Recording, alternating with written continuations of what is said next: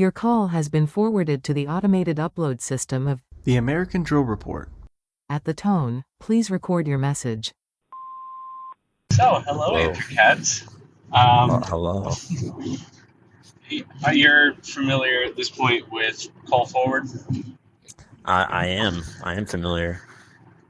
Cool. So, this is probably going to be episode 5. I would like to chat with you for a little bit about your collegiate drill experience. Okay. There's Happy to talk about it. This one's kind of loaded, so I want to leave it a little bit open for you, but try to dispel any myths about collegiate drill experience or culture. Tell us about what you've gone through there, at least surface level, and how has it affected your journey throughout this activity? Yeah, that is a pretty loaded question. Start there. I don't know really what myths there are. I don't know what people really think about it nowadays. But I think what I thought about it going in was I thought it was kind of like subpar to high school drill. Like I really thought like, oh, high school drill's much more difficult competitively, skill wise. Like it takes a lot more to win a high school comp than it does a collegiate comp. I think that was definitely something I thought. I definitely think some of that may still hold true, but I think I severely underestimated college drill still. I think like regulation, for example, I think the regulation in college drill is actually much more difficult than people give it. I think that's something that people underestimate. I underestimated myself kind of going into college drill. I definitely think the regulation drill scene in college drill could sometimes serve maybe a little bit more competitive. Maybe not more competitive with high school yet. I don't know. I think a good solid high school or a college drill team regulation block can compete very well in a high school like the National High School Drill Team Championships. Like I think I'm biased, but I think like the Air Force reg, I think ironed out with like actual practice, if we actually like, locked in, um, I think we could actually do fairly well. And I think that's a very common theme in college drill, I'd like to think. I think that's So, one myth though. without giving as thorough an answer as you could, how would you characterize the cultural difference of the team in high I, school versus college? like difference between high school culture and like college culture in general or specifically with Like, USAFA? uh, yeah, high school culture, college culture, in regards to having a drill team, training a drill team, and competing with a drill team. Yeah, I definitely think first off, like since being in college, it's obviously much more difficult. Like we have people who are on the route to med school who are in the drill team, and obviously it's quite a load. So I think while you have like this higher caliber of people, the dedication kind of goes down a little bit because versus high school, just because high school is not as serious as college, especially at the Air Force Academy where we're all very focused on our military careers, and there's a lot of highly motivated, dedicated people. It's very, very hard to justify the amount of time into drill versus your actual major career. I find it very difficult at times. I think that's a huge like culture difference. Like you're gonna find people way more dedicated to drill in high school because they're not in college and they don't have like these high dedications to their careers. And most people who are in college drill, like the college drill team, are military, like ROTC military. It's just by nature. So, and they're all focused on their careers. So it's very, very like hard to balance both. And that's why I don't think maybe that's what the lack of competitiveness comes from. Uh, that tracks. I know that. Well, first, let me preface this next question by saying congratulations on being the 2025 Tandem World Drill Champion. Um, but in what ways do you think the drill experience that you've had there has benefited your competitive journey, and in what ways do you think that it's uh, stood in the way or inhibited that journey, if in any way? Man, yeah, I could go on for ages, but to keep it short, I think in short, I feel like I learned something every year, like straight up with just life and drill while I'm here at the academy. I think this year in specific, though, I definitely learned a lot about teamwork just because it was my first time on a collegiate drill team. And I think it's funny the stats I had for this year. I didn't win a single solo comp, and I only won team or tandem events that I competed in, which I think is kind of ironic. Um, but it kind of it just I guess it makes sense me joining a team and I only win team stuff and no solo stuff. I went down in solo, didn't win that con, didn't get second in worlds, but I think it's just an interesting. I learned a lot about team dynamics and how much I love my team now. And I think in terms of like hindering me, I definitely think, like, especially after Daytona, every time I come back, I want to be like, man, I just want to dedicate my life to drill and, like, really win, go for it, like, all in. And then, like, a week at the academy, and I realize, oh man, I have just so many obligations. And I think about my career in the Air Force, and I kind of get distracted again. So I get distracted very easily here from drill. Like, I'm very passionate, but I'm also passionate about other things. So I think all my passions just get blurred into here. I get very distracted. Well, I have no doubt because now you are officially confirmed to be on a pilot route, yeah? Yeah, yeah, that is true. I'll be a pilot if everything works out. Do you know what you'll be flying yet? No, I won't. I'll be going to like pilot training after I graduate, and then that's when you find out your plane. Sick.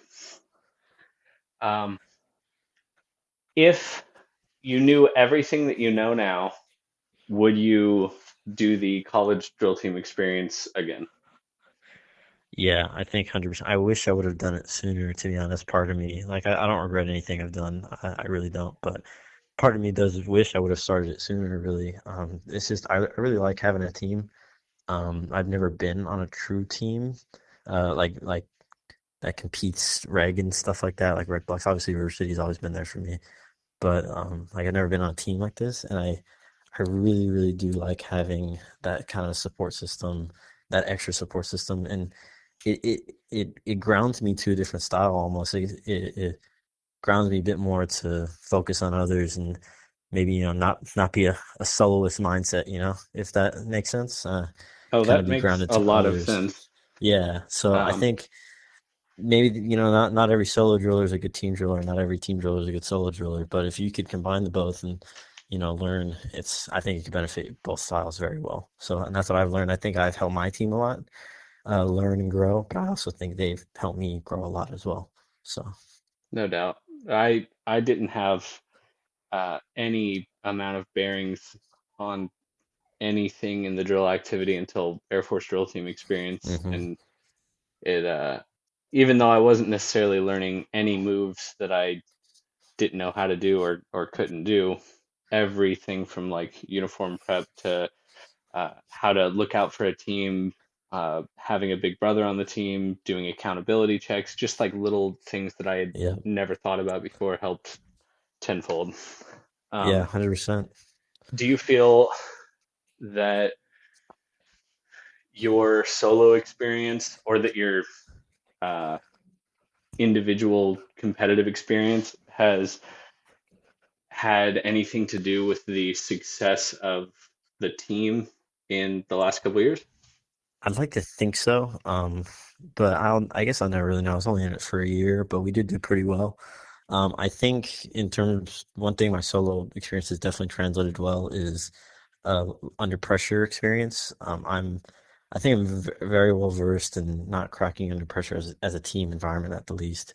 And I think I credit a lot to my solo drill just because that's probably the most stressful arena you'll be in versus any other routine I've been in, if that makes sense. It's always solo because it's just you. It makes sense. So I think that's definitely helped. In terms of helping the rest of the team, I'd like to think that the techniques and everything I've learned over my drill career, I've tried to implement that and teach it to others. on the team, and I'd like to think that my pacing and being able to adapt quickly to other people's helped the overall team. But I honestly don't think I've helped the team as much as they helped me just yet. I'm hoping this year I'll be able to really implement a lot more of my teachings and, strategy into the team to help grow. After you, because you graduate in spring of next year, right? Yeah, yeah, 26. So, what does your professional path forward look like after that, and what does your drill path forward look like for that? At least a keyhole view. Yeah, 100%. I think my professional path right now is right now I'm selected for pilot training, so I'll be right after the academy. I'll be going for a year in pilot training, and then after that, I'll go to my given airframe for about 3 to 4 years, and that's super super busy. And I'm also applying. It's either that or I'm also applying for graduate school. I want to do a study in nuclear policy, so if I get picked up for that, then that's 2 years in grad school, and then I'll go to pilot training. So just whatever opportunity, lines up for me. But I definitely think in relation to drill, my plan is I'd like to stop competing solo by next year, my senior year. I think it's a good time to just, stop competing and focus on my career a little bit more. Granted, I'm not gonna go away from the drill community. My goal is I'd really like to judge and I'd really like to coach and do a lot more mentorship because that's really where as I grow, I find more of my joy coming from, not just competing. So I'm hoping we'll see though. You never know. People say that all the time. It's last year, but I don't know. I really want to win solo before I stop. So we'll see. I'm really hoping I win this next year. I'm going with it with a new mentality. But I guess that's for my near future kind of looks. Well, if you do step away for a year or two or five, you just remember you've got plenty of time. You can return to solo drill when you're 30 years old, and Yeah. it's fine. Everybody always has this notion that you should stop by a certain time or step away at a certain time or whatever, and then you just have to be done forever. But as long as you're still even peripherally around, just put it down for a few years and then come back when you're, I'm not even gonna say when you're old, just when you're not as young. Yeah, that's true. Totally. Um, I think I'm open-minded. So so we're nearing about a 15-minute mark. Do you have any final thoughts on your collegiate drill experience, your competitive drill experience, or any thoughts that you would like to just get out there in the world? yeah, I think for sure for anyone who's in doubt of like whether they should join a collegiate drill team, do it like 100%. I'm I got a basically double major schedule, 23 credit hours every year. I'm part of like my student council and countless other clubs and activities at the academy, and I still find time to do collegiate drill team and be a world champion slash national champion at it. So I think anyone who's worried about that, like, do it if you care enough, and it's worth it. I think it's a fantastic experience. So that's my last 2 cents. Sick. Well, I'll be in touch more, but I'll see you in a couple weeks at the Yeah, that's first true. ever RCDC, yeah. GRFC2 Oh, that too. RCDC collab. We'll be doing that from 8 a.m. to all day long. You'll be one of our judges, Yep, and hell yeah. it's I going to be a booked my ticket. very cool day. But we'll see you when you get here. Have a lovely day, and I'll talk to Yeah. you soon. Yeah, see you, man. Bye. Thank you for listening. Stay dialed in. You could be the next call.